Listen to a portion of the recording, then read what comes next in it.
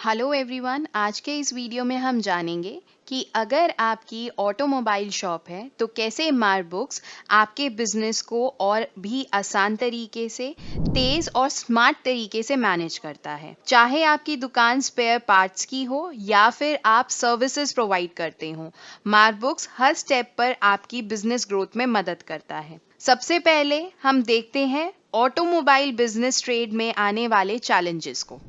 सबसे पहले बात करते हैं पैरामीटर वाइज इन्वेंट्री मैनेजमेंट की, क्योंकि इस ट्रेड के अंदर अलग अलग तरीके के पार्ट्स यूज होते हैं, डिफरेंट डिफरेंट उसके मॉडल्स होते हैं, मेक नंबर होते हैं, तो ये चैलेंज बहुत बड़ा है इन्वेंट्री मैनेज करने के लिए।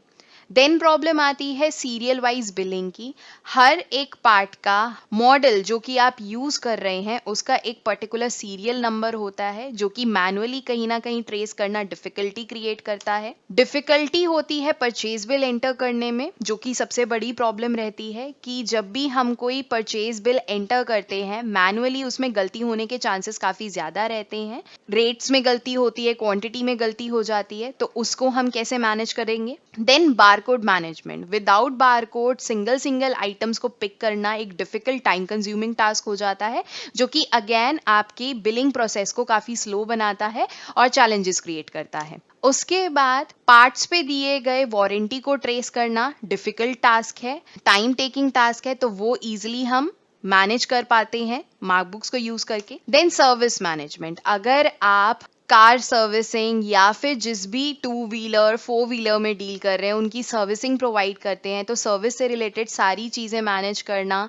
कि कब वो पर्सन आया, कितने की उसने सर्विसेज ली, सो वो चीज़ एक डिफिकल्ट टास्क है। अगर कोई पर्सन आपसे उधार में सर्विस लेके चला गया या फिर स्पेयर पार्ट लेके चला गया, तो उसकी आउटस्टैंडिंग को ट्रेस करना, one by one her customer की ट्रेस करना टाइम टेकिंग टास्क रह जाता है। देन नेक्स्ट प्रॉब्लम आती है डंप स्टॉक की। ऑटोमोबाइल ट्रेड में यूज होने वाले स्पेयर पार्ट्स काफ़ी जल्दी जल्दी आउटडेटेड हो जाते हैं, उनके न्यू वेरिएंट आ जाते हैं, तो उनको मैनेज करना एक काफ़ी डिफिकल्ट टास्क है। क्योंकि मैनुअली सारा काम हो रहा है तो आपको कोई डिटेल रिपोर्ट या एनालिसिस नहीं मिलती है, जिसकी वजह से आपको काफ़ी ज़्यादा टाइम कंज्यूम करना पड़ता है एक प्रॉपर रिपोर्ट निकालने के अंदर। अगर आप जीएसटी में डील करते हैं तो अगेन जीएसटी रिलेटेड जो भी कंप्लायंसेस होते हैं वो मैनुअली आपको करने होते हैं, सो अगेन वो आपके लिए एक चैलेंज, टाइम टेकिंग टास्क बन जाता है। सो ये कुछ चैलेंजेस थे जो कि ऑटोमोबाइल ट्रेड के अंदर आते हैं। अब हम देखेंगे प्रैक्टिकली मार्कबुक्स में ये सारे चैलेंजेस हम कैसे रिजॉल्व कर सकते हैं, कैसे हमें मार्कबुक्स इन सभी चीज़ों का सल्यूशन देता है। इसके लिए सबसे पहले हम markbooks.com पर विजिट करेंगे। लॉगिन करने के लिए लॉगिन पर क्लिक करेंगे, क्रेडेंशियल्स डिफाइन करेंगे और साइन इन पर क्लिक कर देंगे। साइन इन पर क्लिक करने के बाद आपके पास ऑर्गेनाइजेशन लिस्ट अपीयर होगी। यहाँ पर क्रिएट F2 पर क्लिक करेंगे नया ऑर्गेनाइजेशन क्रिएट करने के लिए। अब यहाँ पर आप कंपनी से रिलेटेड बेसिक इंफॉर्मेशन इस विंडो के ऊपर फिल करेंगे। बिजनेस टाइप में, क्योंकि हम ऑटोमोबाइल से रिलेटेड ट्रेड बना रहे हैं, सो यहाँ पर बिजनेस टाइप में हमें ऑटोमोबाइल ट्रेड सिलेक्ट करना होगा, जिससे कि सॉफ्टवेयर की internal setting as per trade हमारे पास आ जाए। हम यहाँ पे ऑटोमोबाइल ट्रेड सिलेक्ट करते हैं। उसके बाद फाइनेंशियल ईयर में जो भी फाइनेंशियल ईयर पीरियड है वो आप डिफाइन करेंगे। टेक्स्ट टाइप में आप जिस जीएसटी यूज होगा तो जीएसटी यहाँ पर डिफाइन करेंगे। कॉन्टैक्ट डिटेल्स में कंपनी से रिलेटेड कॉन्टैक्ट इन्फॉर्मेशन मेंशन करेंगे। लोगो अपलोड करना चाहते हैं कंपनी का लोगो अपलोड कर देंगे। मोर इन्फो के अंदर अगर आपकी कंपनी जीएसटी रजिस्टर्ड है तो आप यहाँ से रजिस्टर्ड चूज करेंगे और कंपनी का जीएसटी नंबर यहाँ पर फीड कर देंगे। इतनी डिटेल्स फीड करने के बाद कंपनी को F10 से सेव कर लेंगे। सो कुछ इस तरीके से हमारी जो कंपनी है वो क्रिएट यहाँ पर हो जाएगी। कंपनी में लॉगिन करने के बाद कुछ इस तरीके से हमें डैशबोर्ड व्यू होगा। डैशबोर्ड के अंदर एक ओनर डेली बेसिस पे जो इंपॉर्टेंट डिटेल्स देखना चाहता है वो विजिबल हो जाएंगी। लेट्स से उसकी टोटल सेल कितनी हुई है, टोटल परचेज कितनी है, इनकम कितना है, एक्सपेंसेस कितना है। अगर वो उसका फ्लो चार्ट भी देखना चाहते हैं वो भी हमारे सॉफ्टवेयर के अंदर विजिबल हो जाएगा। आप इस डैशबोर्ड को अपने अकॉर्डिंग कस्टमाइज भी कर सकते हैं। कस्टमाइजेशन के लिए बटन दिया गया है, आप इसका पाई चार्ट देखना चाहते हैं, पाई चार्ट इसको व्यू कर सकते हैं। कोई ऑप्शन आपको हाइड या अनहाइड करना है, आप यहाँ से टिक अप्लाई कर सकते हैं। चेंजेस करने के बाद में वो सेटिंग सॉफ्टवेयर में अप्लाई हो जाएगी, जैसे कि आप स्क्रीन पर देख रहे हैं। इसी तरीके से अगर आप अपनी फंड समरी, आउटस्टैंडिंग, स्टॉक या कुछ पेंडिंग डिटेल्स डैशबोर्ड पे देखना चाहते हैं, वही आप देख सकते हैं। क्योंकि अभी हमने नई कंपनी क्रिएट की है तो ये ब्लैंक शो हो रहा है। जैसे जैसे इसमें डेटा एंटर होगा उस अकॉर्डिंग ये डैशबोर्ड यहाँ पर मेरे को फिगर्स रिप्रेजेंट करता रहेगा। सिंक करना चाहते हैं टाइमली, आप डैशबोर्ड को रिफ्रेश भी कर सकते हैं। इसके अलावा फिल्ट्रेशन बटन दिया गया है, जिस भी अकॉर्डिंग आप मंथ वाइज देखना चाहते हो, वीक वाइज देखना चाहते हो या फिर कस्टम फिल्ट्रेशन लगाना चाहते हो, वो भी पॉसिबल है। नेक्स्ट अब हम बात करते हैं कि कैसे हम सॉफ्टवेयर के अंदर मास्टर क्रिएट कर सकते हैं। सबसे पहले हम बात करेंगे लेजर मास्टर की। लेजर मास्टर क्रिएट करने के लिए सिंपली आप प्लस आइकन पर क्लिक करेंगे। यहाँ पर आपसे एक फॉर्म पूछा जाएगा छोटा सा। आप सॉफ्टवेयर के अंदर पार्टी क्रिएट करना चाहें, आप पार्टी क्रिएट कर सकते हैं। अगर आप पार्टी को इंपोर्ट करना चाहते हैं, आपके पास अपनी पार्टी मास्टर का डेटा कहीं एक्सेल में फीडेड है, वो आप इंपोर्ट करना चाहते हैं, वो भी पॉसिबल है। क्रिएट करने के लिए सिंपली हम पार्टी का नेम यहाँ पर डिफाइन कर देंगे। अब वो डेटर है या फिर क्रेडिटर है मेरा, वो हम यहाँ पे इजीली डिफाइन कर सकते हैं। सर्च करेंगे, एंटर करेंगे। यहाँ पर आप complete information as per your party वो फिल कर देंगे। आपको सिंपली यहाँ पर पार्टी का जीएसटी नंबर फीड करना होगा अगर वो आपकी रजिस्टर्ड पार्टी है। और जैसे ही आप वेरीफाई पर क्लिक करेंगे, सॉफ्टवेयर उनका डेटा खुद ब खुद यहाँ पर पिक कर लेगा। आपको मैन्युअली एंटर करने की जरूरत नहीं है। इनके अलावा अगर आपको कोई डिटेल यहाँ पर मेंशन करनी है, वो डिटेल आप मेंशन कर सकते हैं। साथ साथ ऊपर कुछ सेटिंग्स दी गई हैं इस पर्टिकुलर पार्टी से रिलेटेड, तो वो अगर सेटिंग आप करना चाहते हैं वो भी आप कर सकते हैं। लेट्स से कि मुझे स्टेशन मास्टर का जो ऑप्शन यहाँ पे बैकड्रॉप में दिख रहा है नहीं चाहिए, मुझे ऑफ करना है, मैं नो पे सिलेक्ट करूंगी, वो यहाँ से हट जाएगा। तो पेज स्पेसिफिक सेटिंग्स भी हमारे सॉफ्टवेयर के अंदर अवेलेबल है। इसके साथ साथ कोई ओपनिंग बैलेंस है, पहले ये मैनुअली बिलिंग करते थे, अब यहाँ पर ये सॉफ्टवेयर यूज कर रहे हैं और जो भी इनका बैलेंस है वो यहाँ पर फीड करना चाहते हैं वो एंटर कर लेंगे। मोबाइल नंबर डिफाइन करना चाहते हैं, मोबाइल नंबर यहाँ पर डिफाइन कर सकते हैं। इसी के साथ साथ यहाँ पर नीचे कुछ और इन्फॉर्मेशन है, अगर आप इनका कॉन्टैक्ट इन्फो, बैंक डिटेल्स और अदर इन्फो भी फीड करना चाहते हैं वो फीड कर सकते हैं। लेजर को सेव करने के लिए सिंपली F10 पर क्लिक करेंगे और इस तरीके से हमारा लेजर यहाँ पर सेव हो जाएगा। अगर आप ऐसे 1 by 1 क्रिएट नहीं करना चाहते लेजर, सो हमारे पास इंपोर्ट करने का भी ऑप्शन है। इंपोर्ट करने के लिए सिंपल हम यहाँ पर क्लिक करेंगे, यहाँ पर हमारे पास ऑप्शन आता है इंपोर्ट लेजर का। सो इस ऑप्शन का यूज करके हम लेजर्स को इंपोर्ट भी कर सकते हैं। अब नेक्स्ट हम बात करते हैं कि कैसे सॉफ्टवेयर में हम अपनी इन्वेंट्री को मैनेज कर सकते हैं।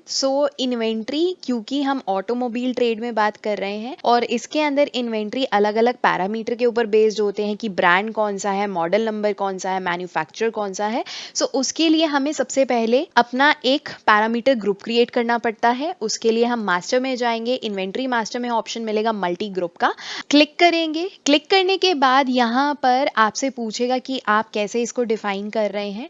ऑटोमोबाइल सेटअप में क्योंकि सीरियल वाइज हमारा सेटअप होता है तो यहाँ से हम सीरियल वाइज चूज कर लेंगे, ग्रुप का नाम डिफाइन कर देंगे। अब जैसे जैसे आप इसके पैरामीटर यूज करना चाहते हैं वो पैरामीटर आप यूज कर सकते हैं। सेकेंड नंबर पे लेट्स से मैं चाहती हूँ मेरा ब्रांड हो, ब्रांड आप डिफाइन कर सकते हो। थर्ड पे आप डिफाइन कर सकते हो कि इसका मॉडल नेम क्या है। देन फिर आप डिफाइन कर सकते हैं मॉडल नेम के बाद में मॉडल का ईयर कौन सा है। एट लास्ट अगर आप डिफाइन करना चाहे मैन्युफैक्चरर कौन है वो आप डिफाइन कर सकते हैं। अब पार्ट्स के ऊपर जैसे वारंटी आती है, जैसे अभी हमने चैलेंजेस में डिस्कस किया था, वारंटी ट्रेस करना डिफिकल्टी हो जाता है। यहाँ पर आप डिफाइन कर सकते हैं कि वारंटी परचेज पे कितनी मिल रही है आपको और आप सेल पे कितनी वारंटी ऑफर कर रहे हैं। जैसे कि मैंने ये मंथ्स में वारंटी डिफाइन कर दी है। पैरामीटर यहाँ पर डिफाइन करने के बाद आप पैरामीटर को F10 से सेव कर देंगे। कुछ इस तरीके से आपका एक ग्रुप क्रिएट हो जाएगा। अब हम एक आइटम क्रिएट करेंगे। अगेन हम मास्टर में जाएंगे, इन्वेंट्री मास्टर पर क्लिक करेंगे और यहाँ से आइटम क्रिएट करेंगे। अब सबसे पहले हम अपने आइटम का नाम बता देंगे। Let's say for example item का नाम है ब्रेक पैड। आपका यूनिट क्या है, मैंने यहाँ पे पीसेस में इसकी यूनिट डिफाइन कर दी। जो भी आपका HSN है जिसके बेसिस पे टैक्स अप्लाई होगा वो HSN कोड आप यहाँ पर डिफाइन करेंगे। न्यू क्रिएट करना है, F2 पर क्लिक, HSN कोड यहाँ पर डिफाइन कर देंगे, उसका कुछ नेम देना चाहते हैं आप नेम डिफाइन कर देंगे एंड F10 से सेव कर देंगे। अब यहाँ से जितना भी % टैक्स उस पर अप्लाई हो रहा है वो डिफाइन करेंगे। अब अगेन अगर आप स्पेसिफिक पे सेटिंग चाहते हैं सो यहाँ से आप सेटिंग्स पर क्लिक कर सकते हैं। आपको जो भी ऑप्शन रिक्वायर्ड है वो आप ऑन एंड ऑफ यहाँ पर कर सकते हैं। अब जैसे कि हमने ग्रुप क्रिएट किया था तो ये वाला जो प्रोडक्ट है मेरे कौन से ग्रुप पे फॉल करता है, सो मैंने ऑटोमोबाइल का एक ग्रुप बनाया था। आप नंबरिंग मैनुअल चाहते हैं या ऑटो चाहते हैं, ऑटो पर सिलेक्ट करेंगे तो वो आपसे पूछ लेगा कि किस तरीके से आप चाहते हैं, मैनुअल करना चाहते हैं आप मैनुअल कर सकते हैं। ये डिटेल्स डिफाइन करेंगे। परचेज करते टाइम आप बाकी डिटेल्स की उसका MRP परचेज रेट क्या है वो डिफाइन कर सकते हैं। एडवांस इन्फो में डिस्काउंट, आप इस आइटम के ऊपर डिस्काउंट देना चाहते हैं नहीं देना चाहते। क्वांटिटी में आप minimum maximum reorder quantity etcetera set कर सकते हैं। अदर इन्फो में आप मार्जिन, विजिबिलिटी, आइटम की इमेज अपलोड करना चाहते हैं वो भी कर सकते हैं। इतना डिफाइन करने के बाद आप आइटम को सेव करने के लिए F10 पर क्लिक करेंगे और कुछ इस तरीके से आपका जो आइटम है वो सेव हो जाएगा। अगेन अगर हम 1 by 1 आइटम क्रिएट नहीं करना चाहते, हम चाहते हैं कि आइटम लिस्ट को इंपोर्ट करें, सो अगेन आपको यहाँ पर इंपोर्ट आइटम का ऑप्शन दिया गया है, आप इस पर क्लिक करेंगे। आप यहाँ से फाइल ले सकते हैं और उसमें अपना स्टॉक अपडेट करके यहाँ पर इंपोर्ट कर सकते हैं। अब नेक्स्ट हम देखते हैं कि सॉफ्टवेयर में हम परचेज बिल कैसे एंटर कर सकते हैं। अगर हम चाहें तो बिल मैनुअली हम ऐड कर सकते हैं, 1 by 1 आइटम सेलेक्ट कर सकते हैं, लेकिन मैकबुक्स के अंदर आप अपने परचेज बिल को इजी वे में इंपोर्ट भी कर सकते हैं जिससे कि आपके मैनुअल एरर्स ना हो, रेट, क्वांटिटी, ये सारी चीजें गलत एंटर ना हो और आपका टाइम बचे। उसके लिए हम यहाँ पे जिस भी पार्टी से परचेज कर रहे हैं वो सिलेक्ट करेंगे। यहाँ पर हम F11 प्रेस करेंगे। यहाँ पर आपको कुछ ऑप्शन दिए जा रहे हैं। अगर आपका मार्क टू मार्क है तो आप मार्क टू मार्क यूज कर सकते हैं। एक्सेल से इंपोर्ट करना चाहते हैं आप एक्सेल से कर सकते हैं। तो अभी के लिए जैसे कि मैं एक्सेल से यूज कर रही हूँ, एक्सेल सेलेक्ट करेंगे, जो मेथड का नाम है वो डिफाइन कर देंगे। यहाँ से जो भी आपका बिल है उसकी सॉफ्ट कॉपी आप चूज करेंगे, एंटर करेंगे। यहाँ पर आप अपने अकॉर्डिंग सेटिंग कर लेंगे एंड F10 से इसको सेव कर देंगे। आइटम मैपिंग विंडो के ऊपर यहाँ पे आपको जो उस फाइल के अंदर आइटम है वो शो हो जाएंगे और यहाँ पर जो आपके सॉफ्टवेयर के अंदर आइटम क्रिएटेड है वो राइट हैंड साइड में दिखेंगे। आप मैप करने के लिए बस यहाँ पर एंटर करेंगे, आइटम को उस पर्टिकुलर आइटम के साथ में मैप कर लेंगे। इसी तरीके से अगर और भी आइटम्स होंगे आप कर सकते हैं। अगर ऑलरेडी मैप्ड आइटम्स होंगे तो वो यहाँ पर विजिबल नहीं होंगे। F11 करेंगे, यहाँ पर इंपोर्ट कर लेंगे। सो कुछ इस तरीके से जो भी आइटम्स हैं वो मेरे इंपोर्ट हो जाएंगे। जैसा कि आप देख पा रहे हैं स्क्रीन पे साइड में आपको उसकी पैरामीटर इन्फो दिख जाएगी। सो सिंपल मैनर में हम परचेज इंपोर्ट का यूज करके मार्कबुक्स के अंदर सिंगल क्लिक पे अपने आइटम्स को इंपोर्ट कर सकते हैं जिससे कि हमारा टाइम बचता है और मैनुअल एरर के चांसेस भी नहीं होते हैं। बिल को सेव कर देंगे। नेक्स्ट अब हम देखते हैं कि मार्कबुक्स में हम सेल बिल कैसे बना सकते हैं। सेल बिल बनाने के लिए हम शॉर्टकट की यूज कर सकते हैं Alt-N। यहाँ पर अगेन आप डेट डिफाइन करेंगे, पार्टी जिसमें आपकी बिलिंग हो रही है आप वो चूज कर लेंगे। अब क्योंकि हम रिटेल बिलिंग का एस्पेक्ट देख रहे हैं, यहाँ पे अगर आपके पास में कस्टमर है तो आप स्पेस बार प्रेस करेंगे। नया कस्टमर बनाने के लिए क्रिएट F2। कस्टमर से रिलेटेड बेसिक डिटेल्स लाइक उसका मोबाइल नंबर, नेम, एड्रेस ये डिफाइन करेंगे। अब अगर कस्टमर की आप आउटस्टैंडिंग मेंटेन करते हैं तो यहाँ पर आउटस्टैंडिंग पर टिक कर देंगे जिससे कि उसकी आउटस्टैंडिंग विदाउट लेजर क्रिएशन यहाँ पर क्रिएट हो जाएगी। अगर आप कैश में बिलिंग कर रहे हैं इस कस्टमर की तो इसको अनटिक कर देंगे। डिटेल्स डिफाइन करने के बाद में हम F10 से इस कस्टमर को सेव कर लेंगे। कस्टमर को सिलेक्ट करेंगे, उसकी बिलिंग करेंगे। अब यहाँ पे जो भी प्रोडक्ट आप सेल कर रहे हैं वो प्रोडक्ट चूज कर लेंगे। लेट्स से हम इसको सेल कर रहे हैं ब्रेक पैड, एंटर करेंगे। अब अगर आपके पास में इस पर्टिकुलर प्रोडक्ट के मल्टीपल सीरियल नंबर है तो वो यहाँ पे कुछ इस तरीके से शो हो जाएंगे। आप जिस भी सीरियल नंबर के आइटम को सेल कर रहे हैं वो सीरियल नंबर आप ऊपर यहाँ पे स्कैन कर सकते हैं और फास्ट बिलिंग कर सकते हैं। इसके साथ साथ आप इस आइटम पर कितने महीने की वारंटी दे रहे हैं वो आप यहाँ पर वारंटी मंथ्स में डिफाइन कर सकते हैं जिससे कि आप आगे चल के रिपोर्ट्स में इसकी वारंटी इजीली ट्रेस कर पाएं। F10 से पिक कर लेंगे। इस तरीके से हमारा आइटम लोड हो जाएगा। अब यहीं पर अगर आपसे ये कस्टमर कोई सर्विस ले रहा है तो हम सर्विस आइटम की बिलिंग भी यहाँ पर कर सकते हैं। उसके लिए सिंपल एंटर करेंगे। आपको आइटम यहाँ पे जो भी आपका सर्विस का आइटम है वो पिक करना होगा। जैसे मैंने ऑलरेडी यहाँ पर रिपेयर एंड सर्विस का एक आइटम क्रिएट कर रखा है। इसके लिए सिंपली जब हम आइटम क्रिएट करेंगे तो आइटम टाइप में सर्विस सिलेक्ट करेंगे और अगर हमें इस सर्विस से रिलेटेड जितनी भी हमारी इनकम हो रही है उसकी पोस्टिंग किसी दूसरे लेजर में करनी है तो वो लेजर से सिलेक्ट करके इसको सेव कर देंगे। अब यहाँ पर रिपेयर एंड सर्विस हम सिलेक्ट करते हैं। यहाँ पर क्वांटिटी डिफाइन करेंगे, कितने अमाउंट की सर्विस इस पर्सन ने ली है वो आप यहाँ पर देख सकते हो। और इस सर्विस से रिलेटेड अगर आप रिमार्क डालना चाहते हो तो यहीं पे आप आइटम रिमार्क भी मेंशन कर सकते हैं। क्वांटिटी पे F2 प्रेस कर सकते हैं और आइटम रिमार्क में मेंशन कर सकते हैं कि सर्विसेज किससे रिलेटेड थी। कुछ इस तरह रिमार्क डिफाइन करने के बाद आप F10 कर देंगे और बिल को यहाँ पर सेव कर लेंगे। अब अगर आपको मोड ऑफ पेमेंट की रिक्वायरमेंट है तो अगेन सेल बिल पे आप मोड ऑफ पेमेंट इनेबल कर सकते हैं। यहाँ पर जिस भी मोड से अगर आपको पैसा मिल रहा है वो आप डिफाइन कर सकते हैं।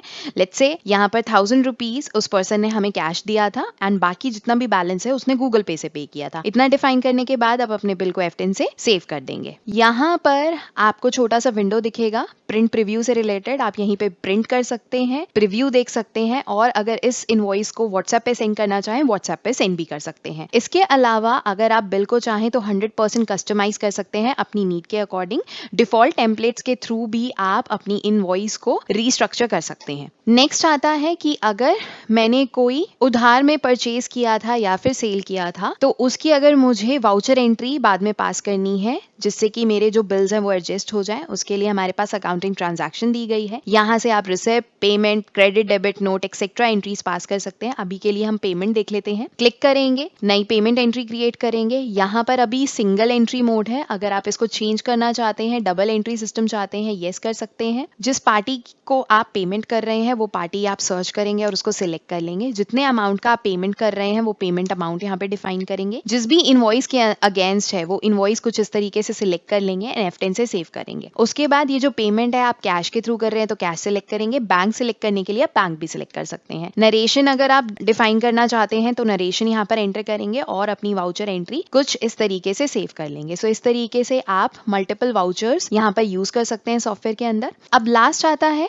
रिपोर्ट से रिलेटेड। सो आप रिपोर्ट पर क्लिक करेंगे, यहाँ पर आपको मल्टीपल रिपोर्ट्स दी गई हैं। अगर आप चाहें तो आप अपनी अकाउंट्स यानी cash book summary, bank summary, ledger wise receivable या पेबल आप देख सकते हैं। इन्वेंट्री रिपोर्ट के अंदर आप अपना stock and sale analysis, current stock, यहाँ पर आप चेक कर सकते हैं स्टॉक समरी सीरियल वाइज, क्योंकि हमारा पूरा जो सेटअप है वो सीरियल वाइज है। यहाँ पर अगर आप चेक करना चाहें तो यहाँ पर आप दिस मंथ सिलेक्ट करेंगे। यहाँ पर आप जो भी मल्टी ग्रुप जिसका आप चेक कर रहे हैं डिटेल्स वो सिलेक्ट करेंगे, ओके पर क्लिक करेंगे। सो कुछ इस तरीके से कंप्लीट आपको आपकी डिटेल्स मिल जाएंगी कि कौन कौन से सीरियल नंबर किस ब्रांड के, किस मॉडल के आपके पास हैं जो कि आपने मेंटेन करके रखे हुए हैं, उसकी क्लोजिंग क्वांटिटी कितनी है, वारंटी कितनी है, आपको सारा विजिबल हो जाएगा। अगेन रिपोर्ट में जाएंगे, स्टैट्यूटरी रिपोर्ट में आपको जीएसटी से रिलेटेड सारी रिपोर्ट्स मिलेंगी। सो अगर कोई जीएसटी रजिस्टर्ड पर्सन है वो यहीं से सारी अपनी जीएसटीआर 1, 2 देख सकते हैं और सिंगल क्लिक में अपलोड कर सकते हैं। इन्वेंट्री रिपोर्ट पे यहाँ पर आपको जो मोड ऑफ पेमेंट है, अभी जिस तरीके से हमने पेमेंट रिसीव करी, अगर मैं यहाँ पर फिल्टर लगाऊं टुडे का, ओके पर क्लिक करती हूँ तो जिस तरीके से मुझे पेमेंट रिसीव हुआ है, जैसे कि 1000 रुपीज हमें कैश में हुआ था, बाकी rest of the amount Google पे से था, तो ये रिपोर्ट भी आपके सामने इजिली अवेलेबल हो जाएगी। नेक्स्ट, रिपोर्ट के अंदर ही अगर आप सर्विसेज से रिलेटेड डिटेल्स चेक करना चाहते हैं कि सर्विसेज में आपको कितना अमाउंट रिसीव हुआ है, सो यहाँ पे स्टॉक एंड सेल रिपोर्ट है, आप यहाँ से अपनी रिपोर्ट को चेक कर सकते हो। ओके पर क्लिक करेंगे तो यहाँ पर आपको सारी डिटेल स्टॉक और सेल से रिलेटेड आपको यहाँ पर मिल जाएगी। अगर आपका कोई रिपेयर एंड सर्विस है सो यहाँ पर रिपेयर एंड सर्विस में आपके कितने अमाउंट बनते हैं वो भी आपको विजिबल हो जाएगा। सो कुछ इस तरीके से रिपोर्ट सेक्शन से आप मल्टीपल रिपोर्ट्स को एक्सेस कर सकते हैं जो कि मैनुअली कहीं ना कहीं हमें नहीं मिलती और टाइम टेकिंग प्रोसेस होता है क्रिएट करने के लिए। सो यहाँ हमने देखा ऑटोमोबाइल ट्रेड के अंदर भी मार्कबुक्स कैसे कंप्लीट सोल्यूशन की तरह एक्ट करता है और आपके बिजनेस को आसान बनाता है।